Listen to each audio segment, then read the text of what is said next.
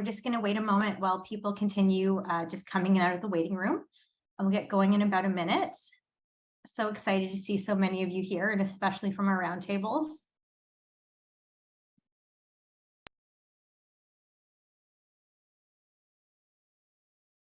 Okay, I think we're going to get going in about 30 seconds.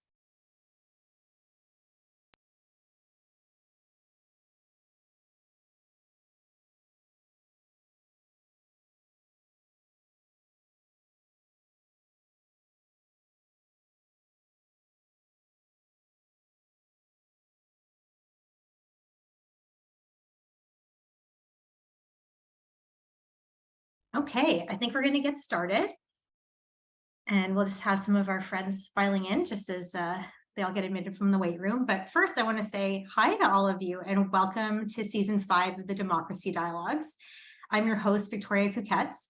It's really great to be back together to discuss some of the most persistent challenges to Canadian democracy, but also really explore some of the opportunities and pathways and solutions as well.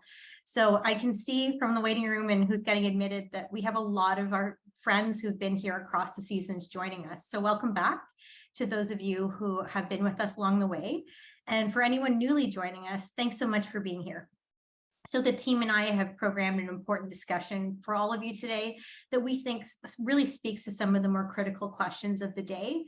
And here at the Exchange, of course, we aim to be timely, responsive, and engage everyone who are advancing democracy at all levels across Canada. As an important note, we have an interpreter with us today who will be translating the conversation into French, and also captions will be provided in both English and French. So Ashley, who is managing all the logistics for us, is going to drop instructions of how to access the French channel below. So that's some of the housekeeping. But what I'll ask of all of you is for your active participation today. I really look forward to your questions and comments in our chat box. And also, I look forward to passing the mic to all of you during the question period as well. But first, I'd actually love to have all of you introduce yourself to me as well as to one another. So if you can use the chat function to share your names and which organizations you're joining us from today, then we'll know who's all in the room. And in terms of what's bringing us here today, we're all going to deep dive into how we're experiencing polarization in Canada. Over the past year, I worked with Public Policy Forum and the team that you'll meet very soon to build a project that engaged Canadian researchers, journalists, think tanks, and most importantly, many of you. So 116 young people between the ages of 18 and 35 from around the nation, and really through the community organizations that we work with at the Exchange all the time. In doing this, we really sought to understand the nature of this problem and how it's affecting all of us. And so, like I said, we're joined by many of the youth who participated in the study today. And this is a chance for all of you to find out what we learned, to ask questions, to kind of push us and where we take the next the work at the next level. And I just want to say thank you so much for being on this journey with us.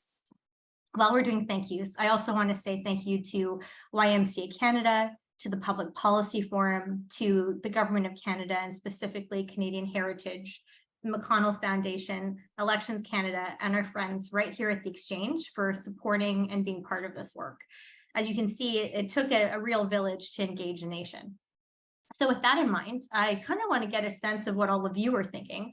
So we're going to actually throw up a couple poll questions so that we can see what's on your minds as you're coming into this conversation today. So first, Ash is going to put up a poll question. On a scale of 1 to 5, how polarized do you think Canada is?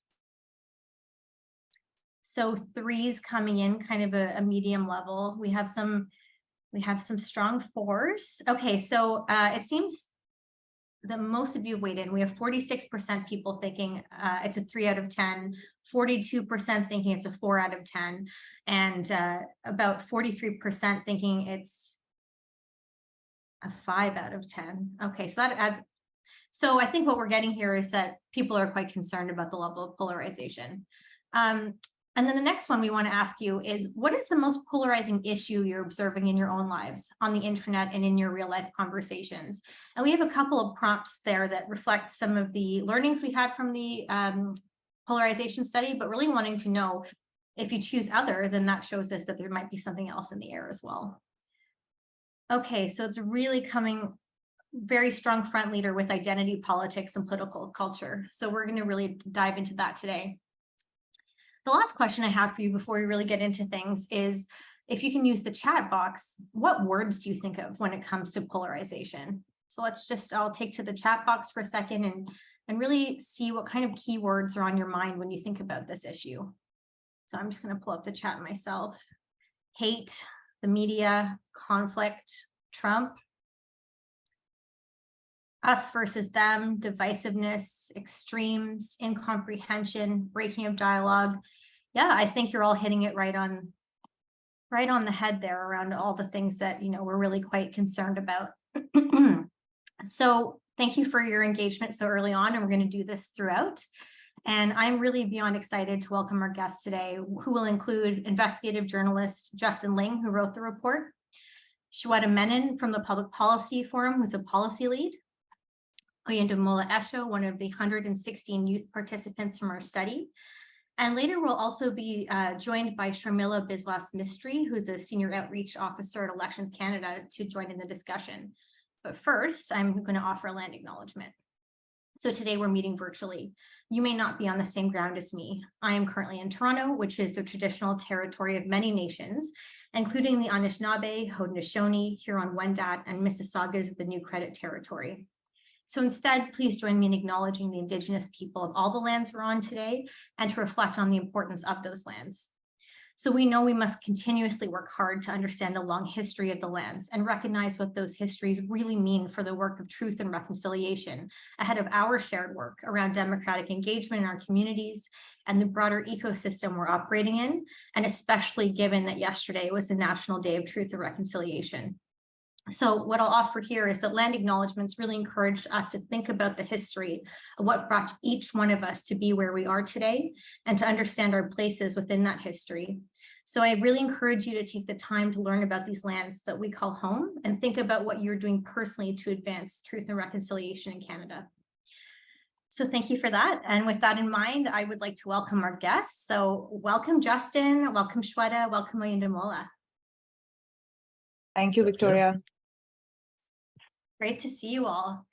So Justin, I'm going to start with you, given that you penned this report and really brought together so much information to be able to give a bit of a snap or a picture of the nation. I'm just wondering if you can give our audience a bit of a line of sight into the report and perhaps share what motivated you to write it. Yeah, I mean, I think the catalyst of the report was really intended to tackle some of the complacency that was present in Canada over the last number of years. When we first started talking about doing a report on the state of polarization in this country, you kind of survey the landscape and find that a lot of people have written at length about how actually we're not polarized, whether it's pollsters or pundits or political scientists or politicians themselves.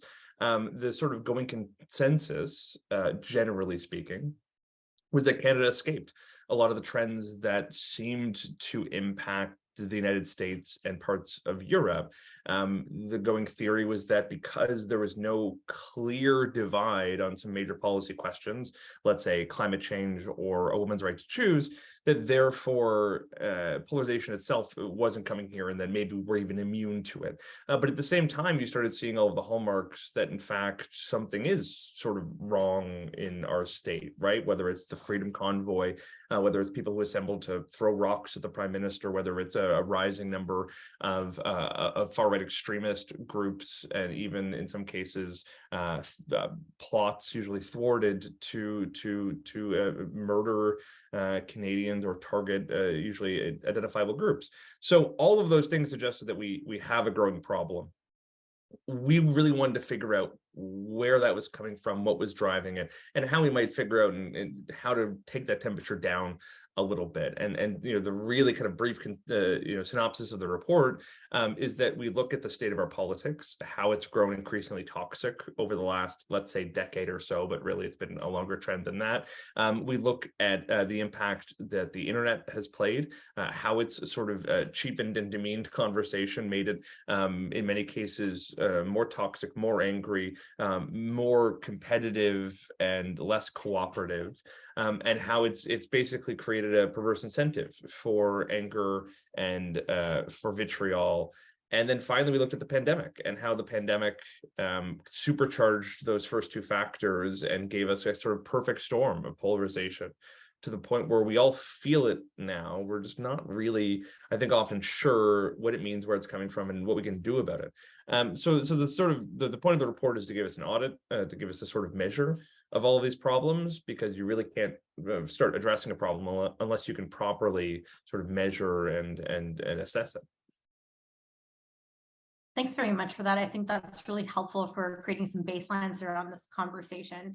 One follow-up question I have for you is, do you think polarization is the right word to really define what's going on here, or help create some understanding, really? And if it's not, what might work, and how are you defining, if you had to really kind of put it into a couple of sentences, what you learned from really engaging in this study?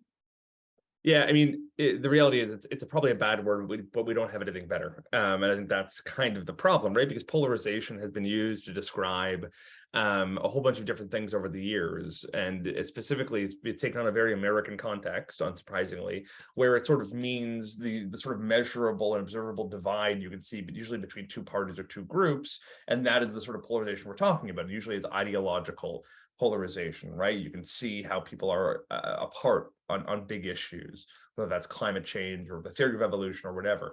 And in Canada, we've never really had that in any major way. Sometimes it'll come up on certain issues, but generally speaking, we're a socially liberal country that tends to come to compromise and consensus and moderation on issues more than we come to ideological poles. And yet we still see the sort of intense anger that is associated with that polarization. So the sort of issue is that polarization has to be a much bigger term for a whole bunch of different trends, not just that one type of American style polarization. So we lean on some international efforts to sort of adopt a new definition of polarization.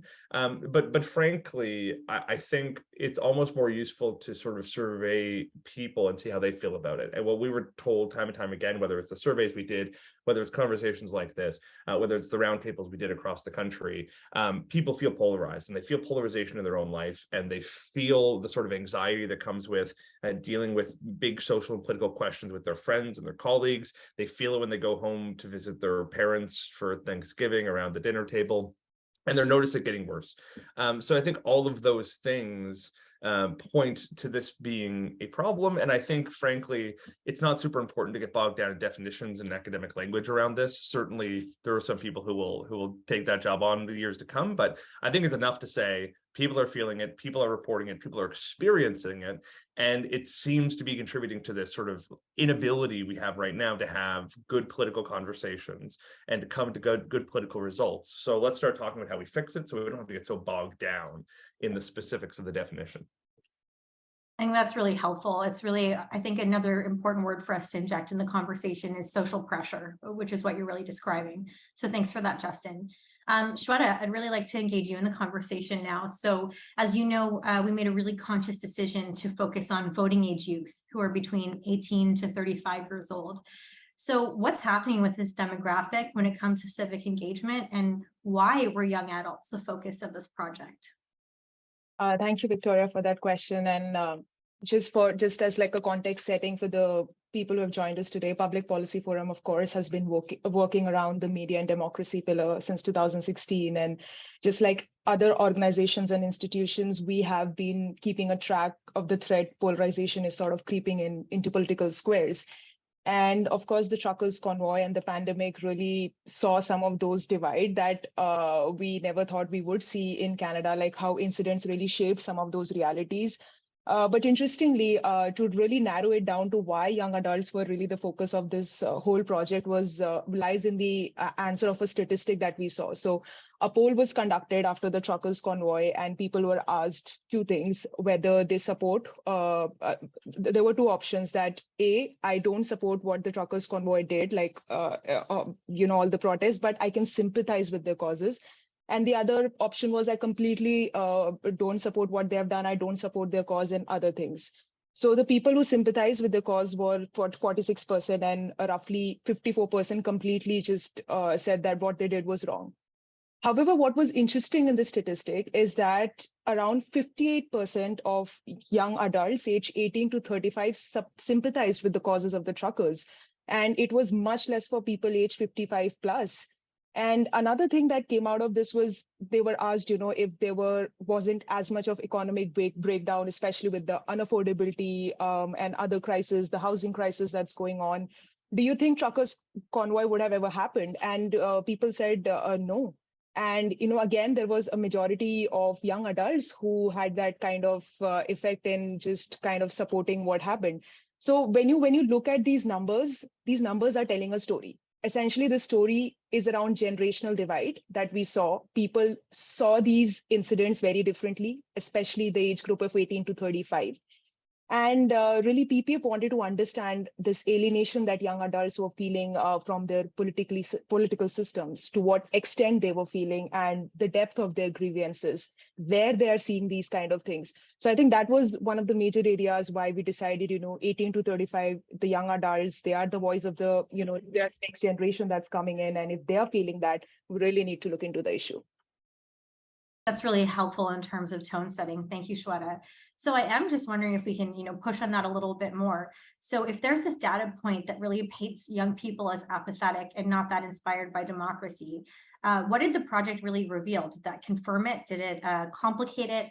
And I'm just wondering if you can give the audience a little bit of an overview on some of the dominant themes that we learned.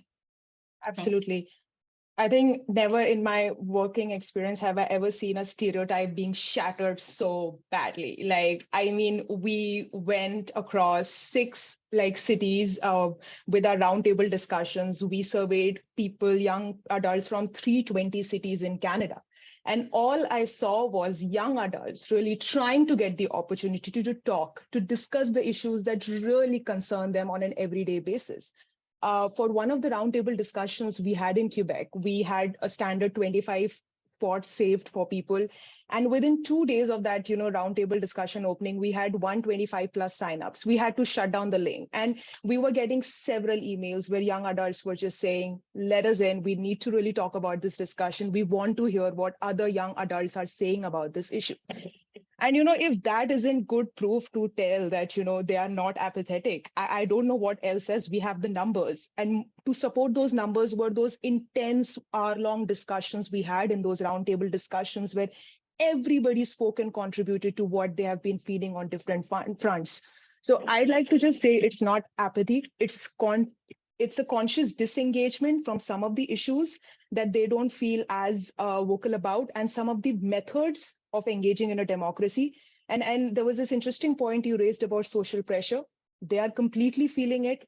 I mean, Justin has written in detail about the cancel culture. They feel there is pressure to take the right stance on social media about an issue. There is no space to make mistakes, which is leading to that conscious disengagement of not really putting out their views in the fear of being canceled. So if at all there is a narrative of apathy, I would say that is conscious disengagement in the fear of being canceled. But apart from that, I don't think there was apathy. And Ashley, if you could just pull up the slide about the key themes, I can just give an overview of what really came out on these discussions when we were talking about what concerns these young adults.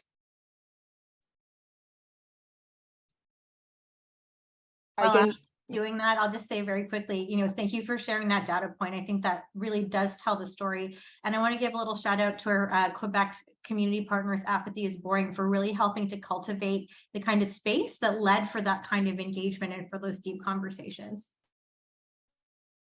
Thank you, Victoria. And as you can see, these are clearly the themes that came out from those roundtable discussions. COVID, vaccines, and health policies really dominated the bulk of the discussion. Politics, the role of the government, the trust in government institutions came about a lot. Gender and sexual identity in regards to, expressing it online, that came about. And these are other things like, climate change, misinformation, religion, generational divide, as Justin mentioned in their dinner table conversations. So those were some of the, high level themes that came out of these discussion. And even under those themes, there were people talking about their experiences of polarization, frankly, around, where they experience it, around free speech, social media, really narrowing it down to social media, wokeness, political correctness. So I think this just gives a big overview of what happened in those roundtable discussions. That is extremely helpful. And thank you for helping share that, that data so that people can really understand what were the issues that came to the forefront of these conversations. So I think what we can do next is move from, data storytelling to really giving it some personalization. And so I'm really excited to engage Oyindamola Esho in the conversation, who was one of our youth roundtable participants. Hi, Oyindamola. Hello. So I want to ask you, I read an alarming data point that only 1 in 6 youths feel a strong sense of belonging within their own local communities. So I'm just wondering, what are some of the factors leading to this from your own personal perspective, and how are you feeling about, civic engagement and that sense of community and feeling tapped into, a broader cultural energy? Yeah, thanks for the question, Victoria. And thanks for having me here. In terms of sense of belonging, I think it's sense of belonging is formed through commonalities and shared spaces and experiences and positive connections between people. And so the question is, where are the people? And in the past, it was in our, I guess, traditional third spaces. So the places that people spent time outside of their home and outside of work. So our cafes, our bookstores, our rec centers, libraries, parks, churches, hair salons, all of those types of places where I think were the core of where people found these the sense of belonging. And now a lot of those third spaces are disappearing, unfortunately.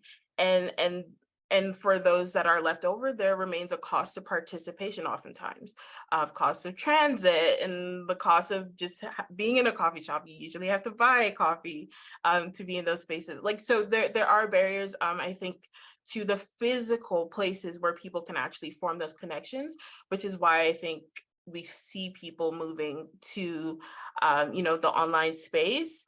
And once you get to the online space, you have things like context collapse, and you have, your echo chambers that make people feel a little bit more isolated. So I think that's one big factor that contributes to the feeling that there is no strong sense of belonging. Personally, I don't know if it's a byproduct of my training as a communications major and someone that does care about civic engagement, but I do have to make more of an effort, it feels like, to stay connected and tapped in to my local community. But there are opportunities there. I just don't think that a lot of youth know exactly where to go and how to go about getting tapped in. That's really helpful. Thank you. So I have 1 or 2 follow-up questions for you. So how do you feel? Do you feel like we owe greater onus to young people to be able to show them how to engage, to be able to make those spaces accessible and knowable to them? And, I'm really trying to get at what was irritating you? What was the driver that made you willing to participate in the study and feel like you had something to say? What responsibility do you think we have as well, more broadly? Yeah, that's a good question of what irritates me. That's a long list. But I think that when approached about the study, there, as youth, we often complain that no one's talking to us, no one's asking the important questions. So when we do have an opportunity to participate, for me personally, that gave me, okay, I have a responsibility to finally have my voice heard, and that opportunity was made available. But I think writ large, youth, need to be able to access these types of opportunities. I think, with 1,600 people, that's a great number, but that's obviously just still such a small group of youth that need to have their voices heard. And then I think with everything, with all of the multiple crises that are falling upon us at once, everything needs to be made more available. To travel within the GTHA, for example, is not very easy to do. And so that's just one example of how inaccessible things are. And I think on several different policy levels, a lot of things need to happen to make participation possible for youth. Yeah. Okay, that's great. Thank you. And then just the last question before I'm going to go over to Justin next is, do you think that experiencing being included in a national policy study like this one, did it help start to build some greater confidence in democracy and inclusion? And what do you think what would we need to do as a society more broadly to keep strengthening that kind of confidence? Okay, so it's a bit of a yes and no answer for me. So yes, there is, I guess, some confidence and reassurance that at a policy level, these questions are being asked and attempts are being made to hear the voices of youth. Where I have a little bit of pause is, when studies like this are conducted, it's like, okay, we have the data and we've written the report, and then there's the question of what's next. And I think that's where often on a policy level, we're found lacking. Like, are the results of this study showing up in housing policies that come up in the near future, in some of the election talking points that will be coming up in 2025? Like, what are the next steps? Or is this just going into a black box and we're never going to hear about it again?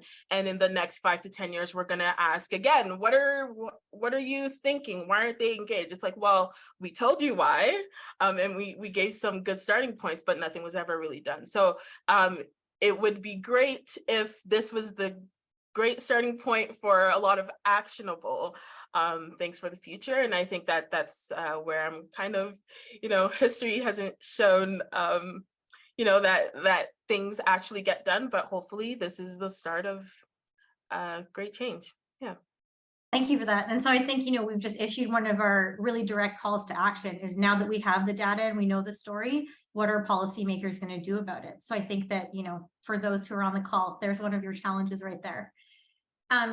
Justin, so I want to come to you next and really just ask, so democracy's promise is that we all have an opportunity to shape the policies and programs that impact our lives, in theory, right?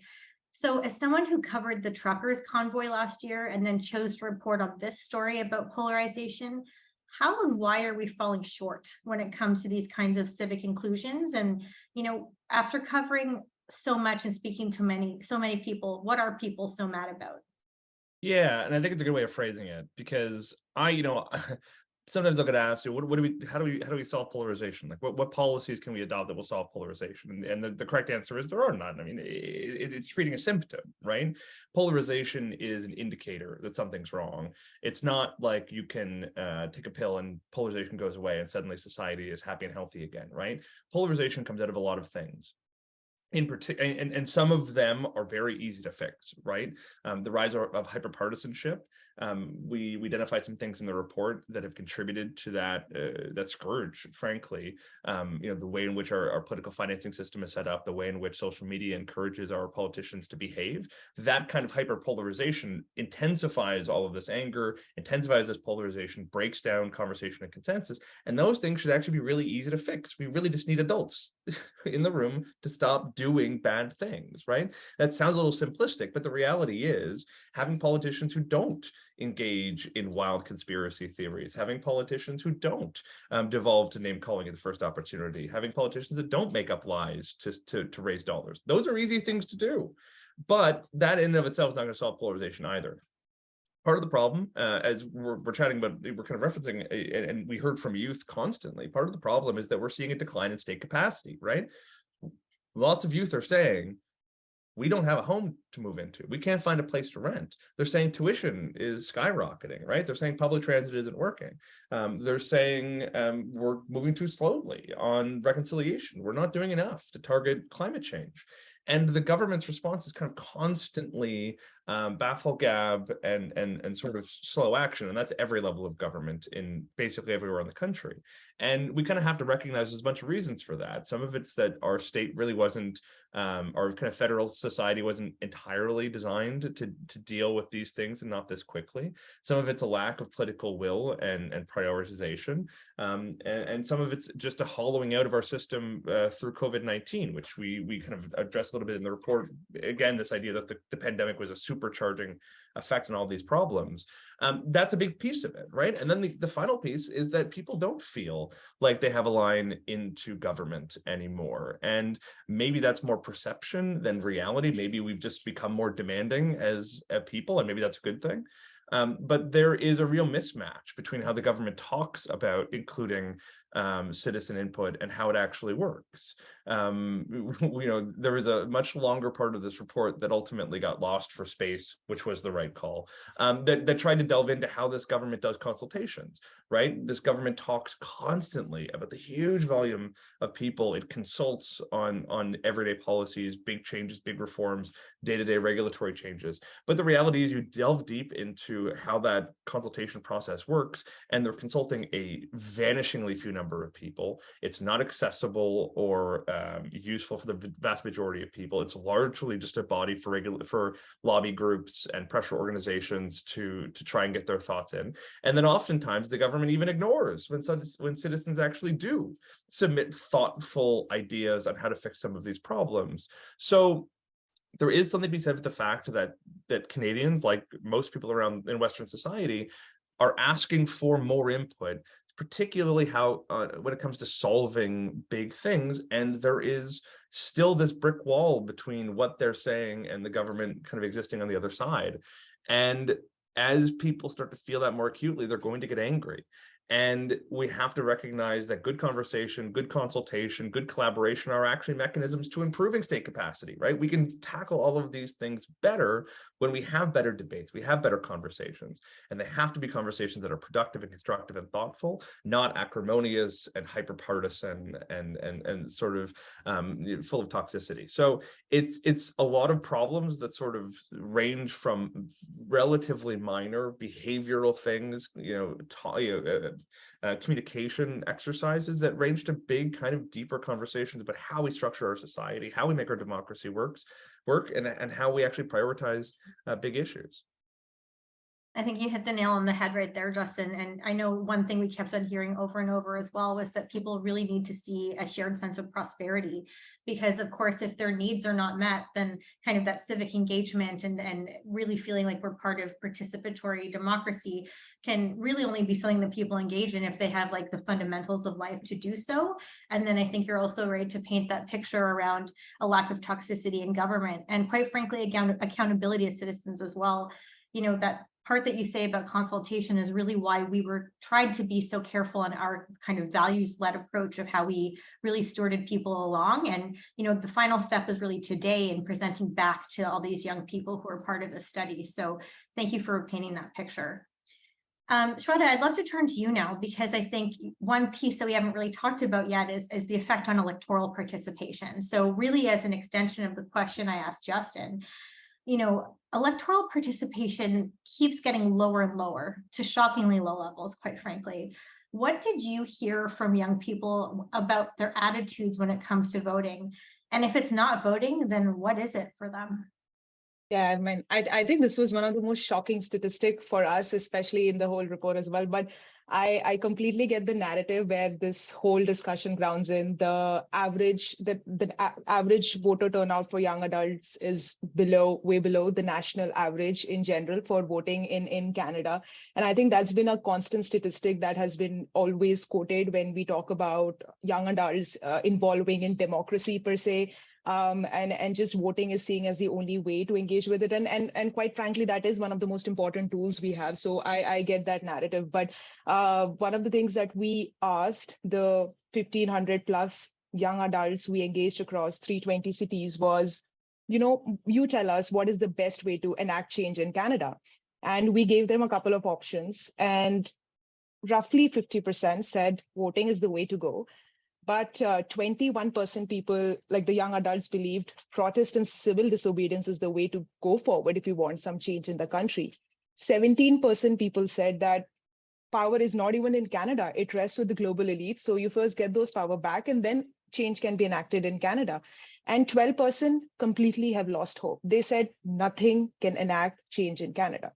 I think that single question and the kind of data spread across those four options gives us a glimpse of what young adults are thinking about if not voting, then what? I mean, there is an overwhelming majority when it comes to just the other options of protest and civil disobedience.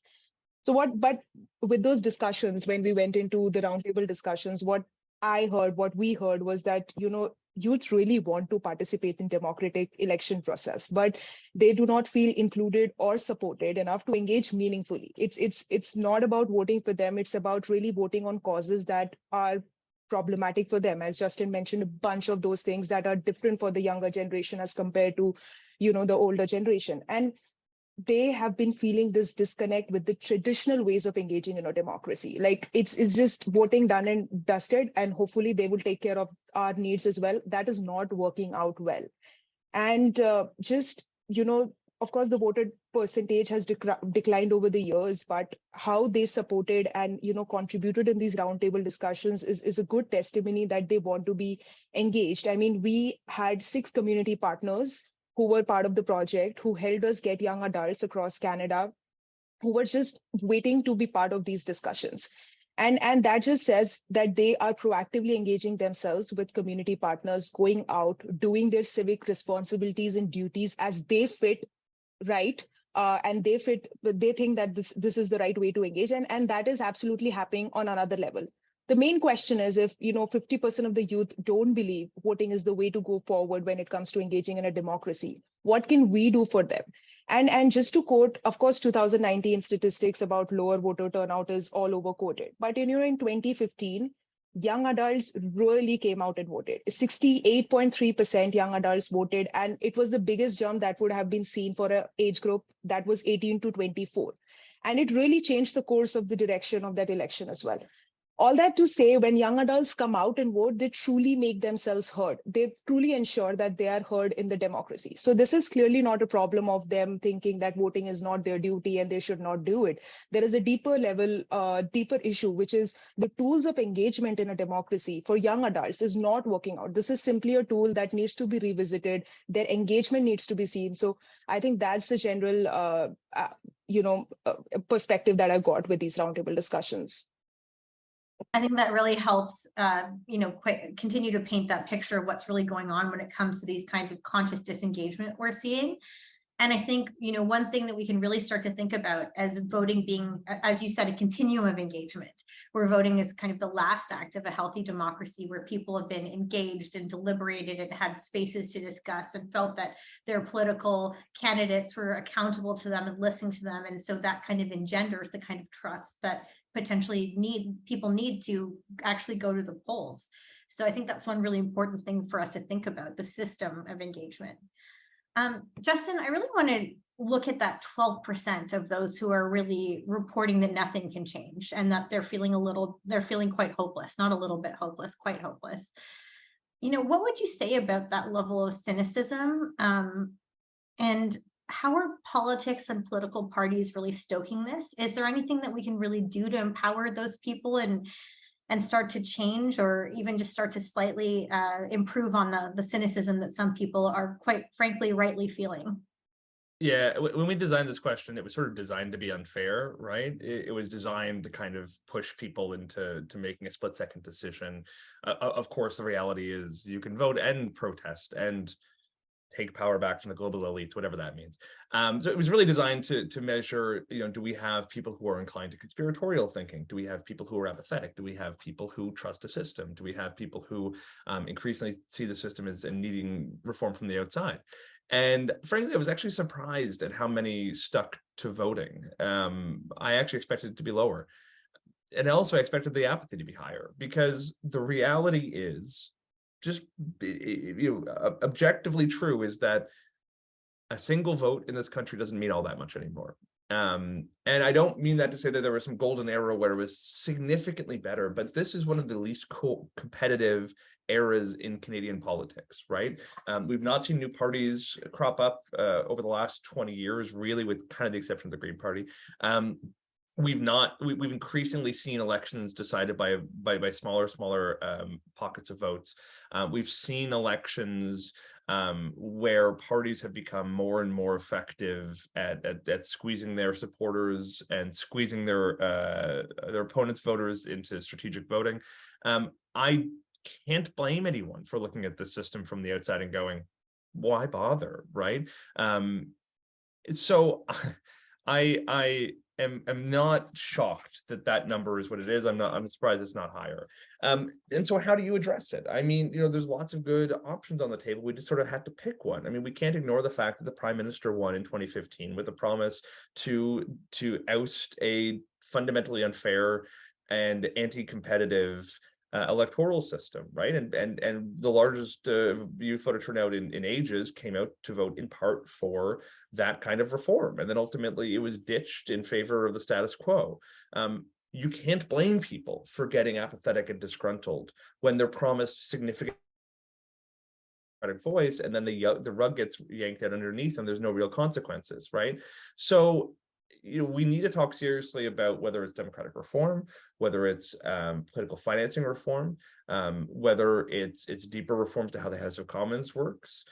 There's a lot of good ideas there. We just need to pursue some of them. And unfortunately, these conversations are also not being reflected in our parliament, often not reflected in our media, which is increasingly underfunded and strained. And I think the more that people realize the fundamental unfairness or non-competitiveness in our system, the more they fail to see that conversation being recognized in the halls of power, the more frustrated they get. So figuring out how to bring that conversation up more effectively in those third spaces that we talked about, bring it up more effectively through lobby groups, pressure groups, think tanks, have that conversation more reflected in the media. The more we can figure out how to make that happen, be encouraged that at the very least the conversation's happening, the debate is going on, and that eventually someone's going to kind of grab this mantle and run with it to the point where we actually will see change that gives more weight to people's democratic voice. Okay, so thank you for issuing those calls to action, Justin. I think that's what we really wanted to have come out of today, with some really direct, tangible things that not just politicians, but policymakers and the entire ecosystem of, quite frankly, political power needs to hear today. And so I'd like to ask in a bit of a rapid fire round, because of course we're running out of time super fast. For Shweta and Oyindamola as well, get out your crystal ball. What do you see coming in the short term, around 1 to 3 years from now? And what do you think are the implications that if we don't address these issues we're hearing at a systems level and include young people in the conversation? So Oyindamola, can I ask you to try to respond in about 45 seconds, if that's okay? And Shweta, if you can get your answer ready too. Thank you. I'll shy away from answering what I see coming, just because I want to keep things positive and not speak anything negative into existence.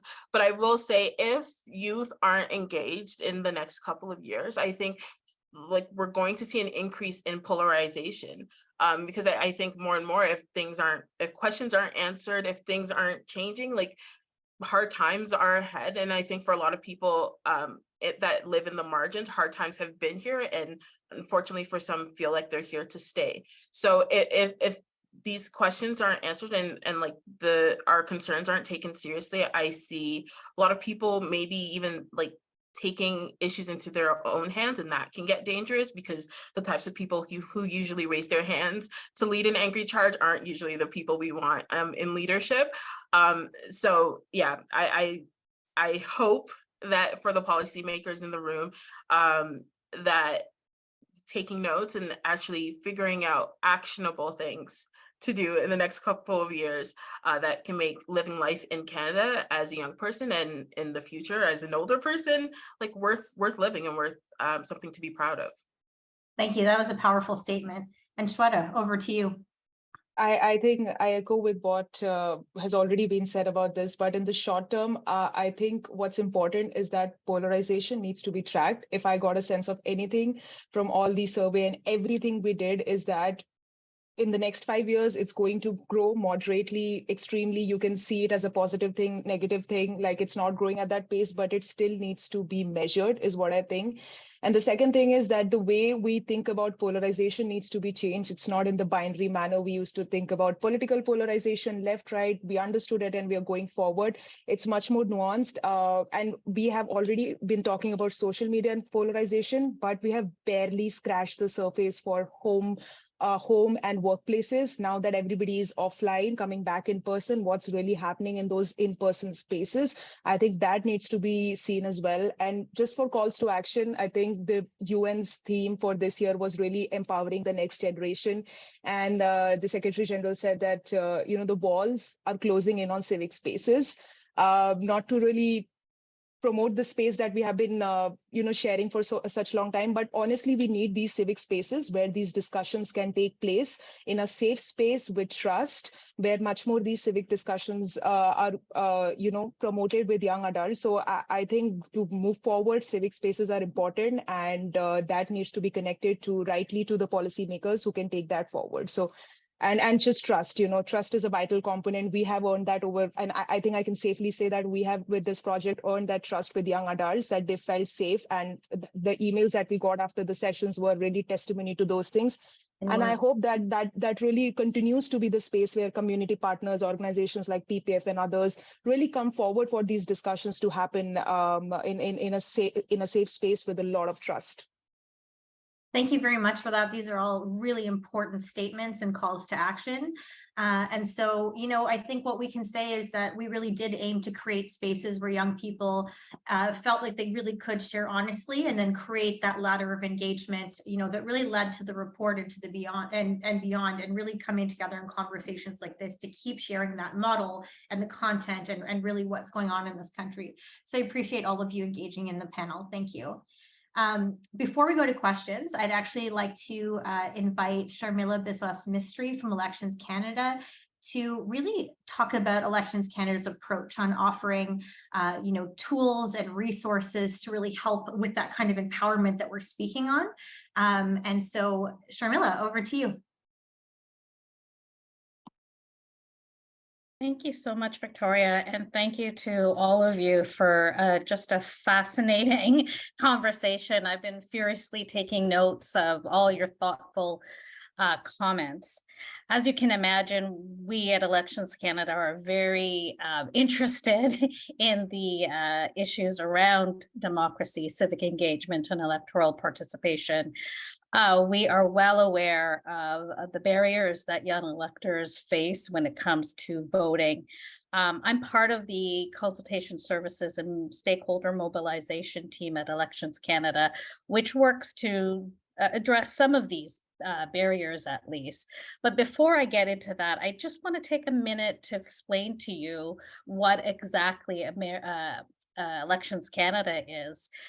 We're an independent, nonpartisan agent of Parliament, and we're the ones who are responsible for running the federal elections in Canada. As an agency of Parliament, we report directly to Parliament and not to the government or any kind of political party. We take our nonpartisanship and impartiality extremely seriously. Shweta had mentioned trust. Trust in the system is very important to us. And an example of our impartiality and absence of bias to politics, our Chief Electoral Officer, Stéphane Perreault, is the only Canadian citizen over the age of 18 who is not allowed to vote. Elections Canada has a mission to ensure that all Canadians over the age of 18 can exercise their democratic right to vote and be a candidate. However, we know, this discussion is an excellent example, that there are some Canadians that experience barriers to the democratic rights, especially when it comes to exercising their vote. And that's where my team comes in. I want to just spend a little bit of time, as Victoria mentioned, just on some of the ways Elections Canada tries to address these informational barriers. My team has developed Elections Canada's Inspire Democracy program, which really was created and developed to identify and address the barriers to participation in federal election that some groups of Canadians experience. Those groups include First Nation, Métis, and Inuit electors with disabilities, new Canadians, and of course, youth and student electors. And through the program, we get to engage with and help organizations like the DEE, YMCA, who work so closely with these communities that face the most pronounced barriers. And the goal of the program is really to learn about the barriers that communities face in taking part of elections, act to reduce those barriers, and then connect with one another to try to work more effectively together. And in doing this and developing this program, we realized that we needed to expand our notion of electoral participation beyond just registering and voting, and to include running as a candidate and working at a federal election as part of that electoral participation. And as such, we developed the Inspired Democracy Informational Toolkit series. Now, the first toolkit concentrates on running in a federal election. This tool helps understand all the ins and outs of running as a federal candidate. The whole point of this toolkit is to make the whole process a little bit more less intimidating and more accessible to everyone. Now, I know many of you will think that this form of participation, being a federal candidate, is not relevant to you, or that you're too young to run in a federal election. But please keep in mind that in 2011, a 19-year-old politician was elected to the House of Commons. Now, Toolkit 2 is about working at a federal election. During each federal election, Elections Canada has to hire 250,000 election workers in a very short amount of time. Now, this toolkit gives you all the information that you need to know what working is like during this time. And I'd like to just address one myth right off top. These are not volunteer positions. We pay for your time, we pay for your work, and we pay for your training. These are short-term jobs, of course, but it's a great way to develop some new skills and to add experience to your resume. Even though there's no election at the moment, you can even apply now if you wanted to. And it's really important for us when it comes to working at a federal election to really make sure that the polling stations reflect the diversity of Canadian communities. So, we would love for more youth to be poll workers and, be that friendly face to other youth in the polling station when they come to vote. And we've heard from our electoral administrators that it's really the young workers that are often the most effective workers. And for those who are mistrustful about the electoral system, or don't understand the electoral system, or want to be part of the system, what better way to understand the electoral system by working in that very system? You'll get an insider view of the whole process, meet great people in your community. We heard a lot about trying to make connections in your community. This might be a good way to do so. And you get paid for your time. And of course, our third one is all about registering and voting. This kit really is focused on community members helping their communities understanding the ins and outs of registering and voting, and a guide to engaging your community. Thank you so much, Carmilla. That is so helpful. And I'm hoping that we can actually share these resources in the chat, and that we can also share the outreach at Elections Canada email so that people continue to be engaged and really take you up on those very distinct calls to action about how they can be remunerated, included, and engaged in Canada's democracy. So we're so quickly running out of time, but I did want to make sure that we had some time for questions. So we have a couple to ask of you, but more importantly, our audience has been so patient. I see one come in actually from one of our guests, Lucy Honey Ray. So this question asks, what can be done to increase young people's trust in our country and our government? And how can we really insist on a more functional form of politics? So Justin, I think you kind of answered this one a little bit before. So I think that we've gotten your take. Mola, can I ask you that same question? What can be done to increase young people's trust, and how do we insist on more functional politics? It's hard. Yeah, that's a very good question. I think it is simple. In order for trust to be built, I think there needs to be some sort of relationship there. So building relationships with young people is a good first step. And then I think secondly, the government needs to do what it says it's supposed to do. So if you're here to, the definition of what a government's supposed to do differs from person to person, but in general, establish law and order, allow people to live a decent life. And anyone who's had their rent increased exorbitantly in the last couple of years, that does not feel like law and order. That does not feel like living a peaceable life. And when you go to the government to say, hey, this is a problem, you're met with not very great answers or solutions. So enough with, I think we're at a point where it's like, enough with the listening and learning. Thank you so much. You heard what I said. Now do what I said. Like, I know that that's not like exactly what needs to be done, but I think that's like the first basic step. But I think what we're hearing is that the powers that be need to be invested in all Canadians having a good life and having foundations to be able to really thrive. So thank you for that. I'd like to turn the table now in our last couple of minutes and really just issue a conversation to the audience. And so perhaps actually you can see if anyone's raising their hand. So what do you think decision makers should know about youth perspectives when it comes to decreasing polarization? And what are some other ways we can really engage young people in our democracy? So if there's anyone who wants to answer that question, or even just put it in the chat so that we can get a few of your different perspectives, that would be amazing. I see people are thinking about it. I can see some ellipses. Shweta, while we're getting some comments in the chat, did you want to maybe answer that one?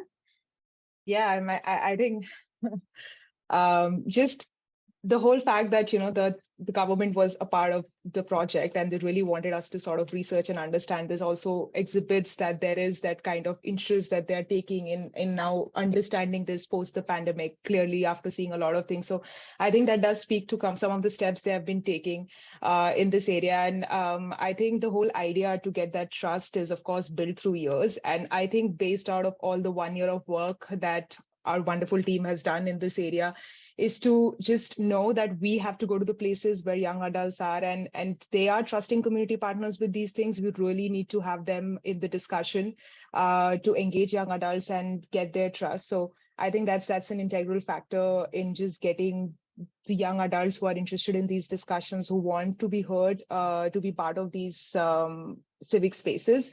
So I think that's a big thing. But I do see an initiative, of course, with the government being part of the project as well, trying to understand it. And actually, it's been taken seriously, the findings.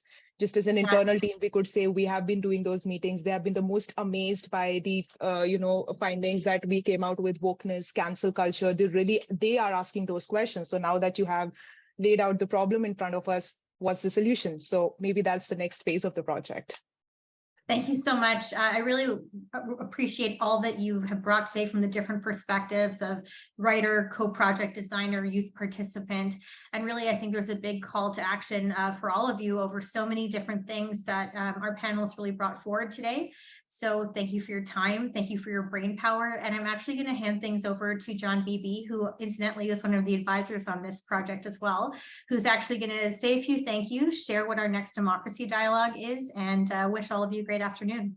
John? Come in here. All right.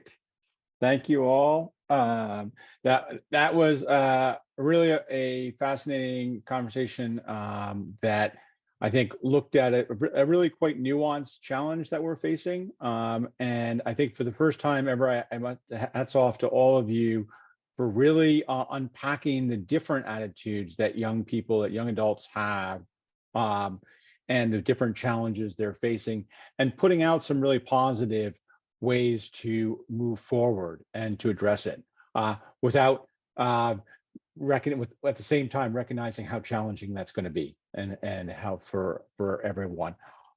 So thank you all for sharing that. Thanks everyone for being here, and I want to invite you to join us again on October 31st. Victoria, correct me, 30th or 31st? 31st is our next session. 31st. Yes, looking at another incredibly challenging issue of the implications of AI for democracy, and both the positive potential embedded, but also the real challenges associated with this emerging technology. And then also again on November 31st, number 28. We have Professor Rob Goodman, who's going to join us to look at a more short-term challenge that is coming up in terms of the US presidential election next year and the implications of that election for Canadian democracy. And we all know that the real challenges associated with democracy in the US do impact us here and can have impacts on our democracy. And Professor Goodman just wrote a book about this, and it's going to be a really timely conversation. So as always, thanks everyone. Thank you, Victoria, again, for leading these conversations. And we look forward to seeing you in the next couple of weeks. And if you haven't already signed up for our newsletter, the best way to stay on top of everything that's on the go here is to sign up for our newsletter. Thanks very much.